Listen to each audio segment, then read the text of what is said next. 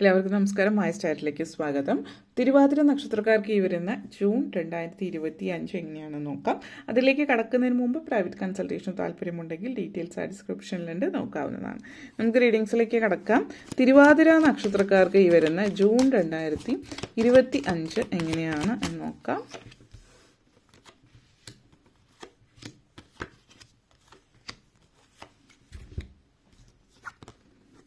Temperance, 9 of cups, 8 of cups, 5 of swords, Knight of cups, Ace of wands, Moon card. നിങ്ങളെ സംബന്ധിച്ചിടത്തോളം temperance and ace of wands energy connections ആണ്. ഇവിടെ ഈ ഒരു മാസം പ്രണയം ആണ് ജീവിതത്തിൽ.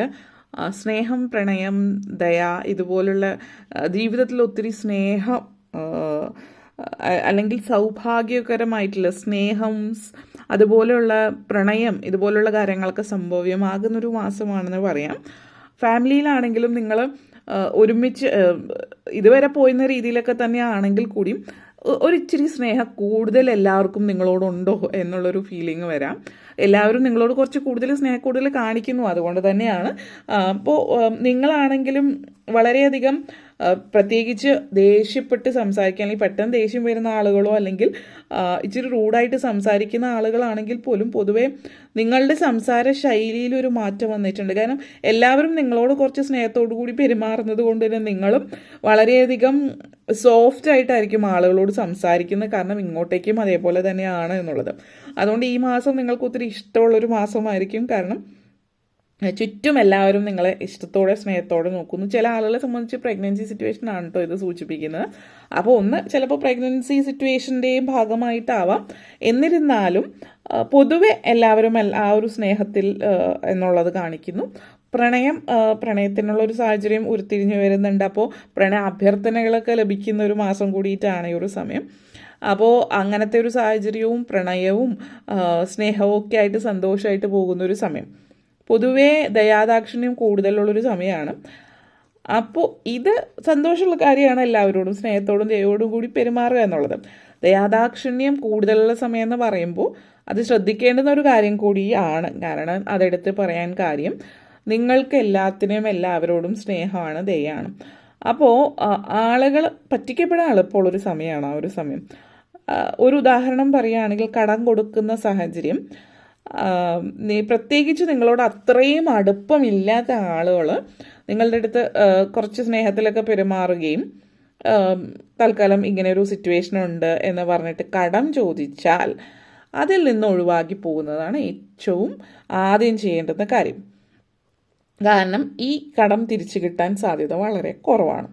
അപ്പോൾ അതുകൊണ്ട് കടം ചോദിക്കുക, അതായത് നമ്മൾ പറയും ഏറ്റവും സന്തോഷത്തിലായിരിക്കുമ്പോൾ പ്രോമിസ് ഒന്നും ചെയ്യരുതെന്ന്. കാരണം നമ്മൾ ഹാപ്പി ആയിരിക്കുമ്പോൾ ആരെന്ത് ചോദിച്ചാലും ഓക്കെ പറയും.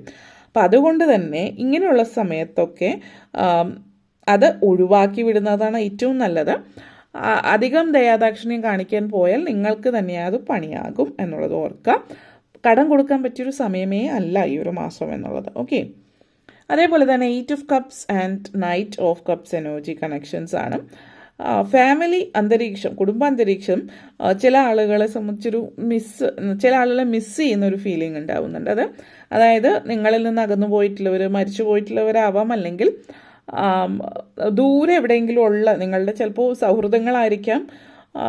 ഇപ്പോൾ വിദേശത്തൊക്കെ ഉള്ള ആളുകളെ അവരെ പലരെയും നിങ്ങൾ മിസ് ചെയ്യുന്നുണ്ടാവാം. അല്ലെങ്കിൽ മരിച്ചു പോയിട്ടുള്ള ആളുകളായിരിക്കാം നിങ്ങൾക്ക് അടുപ്പമുണ്ടായിരുന്ന, വളരെ അടുപ്പമുള്ള ആളുകളെ അവരൊക്കെ ഇങ്ങനെ ഓർമ്മയിൽ വരും. ഒത്തിരി ഹാപ്പി ആയിട്ടിരിക്കുമ്പോൾ, എല്ലാവരുമായിട്ട് സന്തോഷമായിട്ടിരിക്കുമ്പോൾ നിങ്ങളെ ഏറ്റവും ഇഷ്ടപ്പെട്ടിരുന്ന ചില ആളുകളായിരിക്കാം അവരൊക്കെ ഇങ്ങനെ ഓർമ്മയിൽ വരുന്നവരും ഭയങ്കര ഒരു നൊസ്റ്റാൾജിയ ഓർമ്മയിൽ അത് ഓർത്തെടുത്ത് സങ്കടപ്പെടുന്ന ഒരു സിറ്റുവേഷൻ കാണിക്കുന്നുണ്ട്. അങ്ങനത്തെ ഒരു എനർജി ഉണ്ട്. അതേപോലെ തന്നെ വിദ്യാർത്ഥികളെ സംബന്ധിച്ചിടത്തോളം ഈ ഒരു മാസം നിങ്ങൾ വളരെ ഒത്തിരി വിദ്യാഭ്യാസപരമായിട്ട് ഇപ്പോഴത്തെ യങ്സ്റ്റേഴ്സ് ആണെങ്കിൽ കൂടിയും ഈ ഒരു കാലഘട്ടത്തിൽ നിന്ന് വ്യത്യസ്തമായിട്ടുള്ള രീതിയിൽ ഇപ്പോഴത്തെ കാര്യങ്ങളൊക്കെ ഇഷ്ടപ്പെടുന്ന ഒരാളാണെങ്കിൽ കൂടിയും കുറച്ചൊരു ട്രഡീഷണൽ ആയിട്ടുള്ള കാര്യങ്ങളിലേക്ക് കൂടുതൽ ചേക്കേറുന്നുണ്ട്. ഇപ്പോൾ കോളേജിലാണെങ്കിൽ സ്കൂളിലൊക്കെ പഠിക്കുന്നവരാണെങ്കിൽ കൂടിയും ദൈവികമായിട്ടുള്ള റിലീജിയസ് ആയിട്ടുള്ള കാര്യങ്ങൾ, ആത്മീയമായിട്ടുള്ള കാര്യങ്ങളൊക്കെ ഭയങ്കരമായിട്ട് താല്പര്യം പ്രകടിപ്പിക്കുന്നു എന്നുള്ളതും ഈ ഒരു സമയത്ത് കാണുന്ന ഒരു കാര്യമാണ്.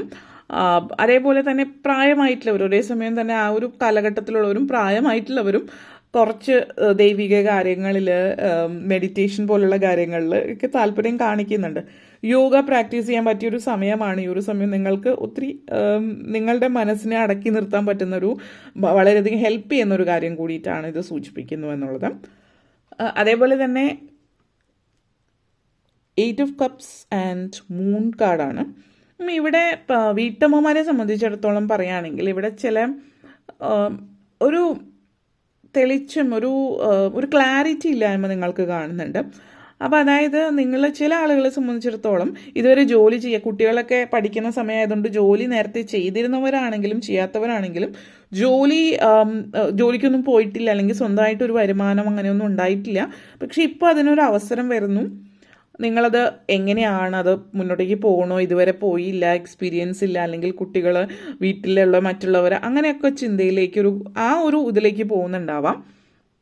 അപ്പോൾ ഒരു ക്ലാരിറ്റി കുറവ് കാണിക്കുന്നുണ്ട്. അതായത് ആദ്യമായിട്ട് ഇപ്പോൾ ജോലിക്കുള്ള അവസരം വരുന്നു, അല്ലെങ്കിൽ മറ്റെന്തെങ്കിലും തരത്തിൽ ചെറിയ രീതിയിൽ ബിസിനസ്, അല്ലെങ്കിൽ ചിലപ്പോൾ കുടുംബശ്രീ ആയിട്ട് ബന്ധപ്പെടുത്തിയിട്ടായിരിക്കും, അല്ലെങ്കിൽ പരിചയമുള്ള ഫ്രണ്ട്സ് തമ്മിൽ ഒരുമിച്ച് ചേർന്ന് അങ്ങനെ എന്തൊക്കെയോ അവസരങ്ങൾ വരുന്നുണ്ട്. അപ്പോൾ നിങ്ങൾക്കൊരു ആശങ്കയിലാണിത് വേണോ വേണ്ടയോ എന്നുള്ള അങ്ങനെയുള്ള ചിന്തകൾ കാണിക്കുന്നുണ്ട്.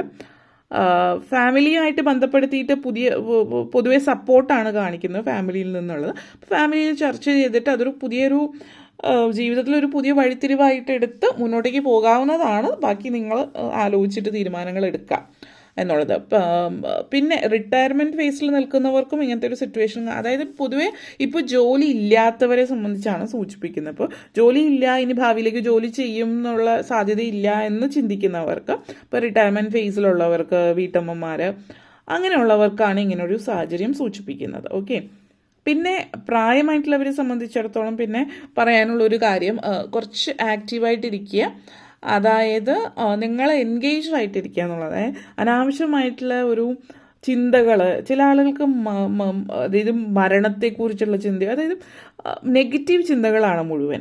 പ്രായമായി ഇനി എന്ത് എന്നുള്ള ചിന്തയൊക്കെ ഉണ്ട്. അപ്പോൾ അതൊക്കെ മനസ്സിൽ അനാവശ്യ ചിന്തകൾ വരാതിരിക്കും. ഹോബീസ്, എന്തെങ്കിലും ഇഷ്ടമുള്ള കാര്യങ്ങൾ, പെയിൻറ്റിങ്, മ്യൂസിക്, അങ്ങനെ ഇഷ്ടമുള്ളത് എന്തെങ്കിലുമൊക്കെ കാര്യങ്ങളിൽ താല്പര്യം കാണിച്ച് അതിലേക്ക് കൂടുതൽ സമയം ചിലവഴിക്കുക. അതിന് വേണ്ടിയിട്ട് ടൈം ഇൻവെസ്റ്റ് ചെയ്യാനായിട്ട് ശ്രമിക്കുക.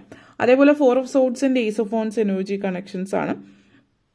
വിവാഹം കഴിക്കാത്തവരെ സംബന്ധിച്ചിടത്തോളം വിവാഹത്തിന് വേണ്ടി ശ്രമിക്കുന്നവർക്ക് ഈ ഒരു മാസം വിവാഹ സാധ്യത സൂചിപ്പിക്കുന്നുണ്ട്. അപ്പോൾ വിവാഹ സാധ്യത സൂചിപ്പിക്കുന്നു എന്ന് പറയുമ്പോൾ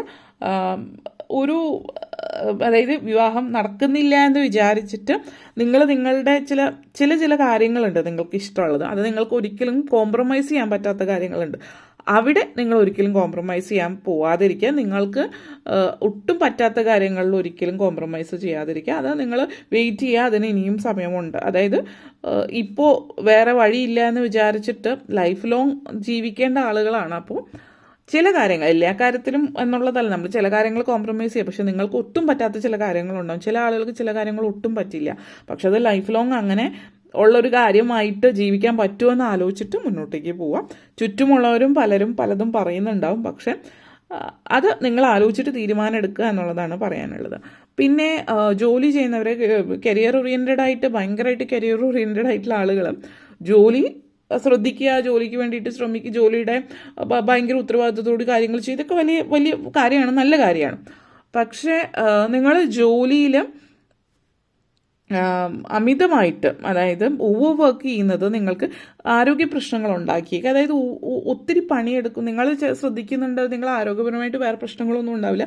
പക്ഷെ മാനസികമായിട്ട് എല്ലാത്തിനും ഒരു ടൈം നമ്മളൊരു കാര്യത്തിൽ ചിലവഴിക്കുമ്പോൾ ഒത്തിരി സമയം അതിൽ ചിലവഴിച്ച് കഴിഞ്ഞിട്ട് മറ്റു കാര്യങ്ങൾ, നമ്മുടെ മനസ്സ് പല കാര്യങ്ങൾ ആഗ്രഹിക്കുന്നുണ്ട്.